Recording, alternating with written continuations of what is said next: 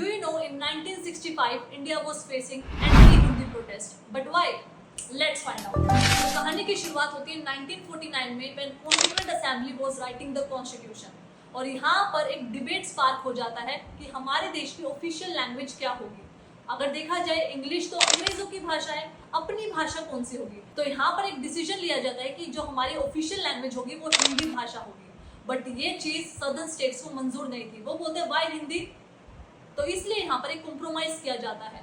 English और हिंदी दोनों भाषाओं को ऑफिशियल लैंग्वेज बना दिया जाता है, लेकिन इंग्लिश भाषा सिर्फ 15 सालों तक रहेगी, यानी 1965 तक ही रहेगी। 1965 के बाद सिर्फ एक भाषा बच जाएगी जो हमारी ऑफिशियल होगी, वो है हिंदी भाषा। अब टाइम पीरियड आ जाता है 1965 में। इस वक्त हमारे प्रधानमंत्री थे लाल बहादुर शास्त्री और जो हिंदी इशू था ना एकदम से एक्सप्लोड हो जाता है हमारे देश में। चारों तरफ अगर देखा जाए सदर्न स्टेट में प्रोटेस्ट होना स्टार्ट कर देते हैं और ये प्रोटेस्ट कराती है डीएमके पार्टी। और याद रखना यहाँ पर कोई नॉर्मल प्रोटेस्ट नहीं हो रही थी, यहाँ पर बहुत एक्सट्रीम लेवल पर प्रोटेस्ट हो रही थी। बसेस जलाई गई, पुलिस स्टेशंस पर अटैक किए गए, बहुत ज्यादा वायलेंस स्प्रेड हो गया था। और एक्सट्रीम पार्ट जब आता है when a 27-year-old man set himself on fire, yes। और इस पूरे क्योस में अब लाल बहादुर शास्त्री को स्टेप इन करना पड़ता है। क्यों? क्योंकि नॉर्मल प्रोटेस्ट नहीं हो रही थी, अब ये लाइफ एंड डेथ का सवाल बन गया था। और फिर लाल बहादुर शास्त्री अनाउंस करते हैं कि हिंदी और इंग्लिश दोनों ही ऑफिशियल लैंग्वेजेस रहेंगी।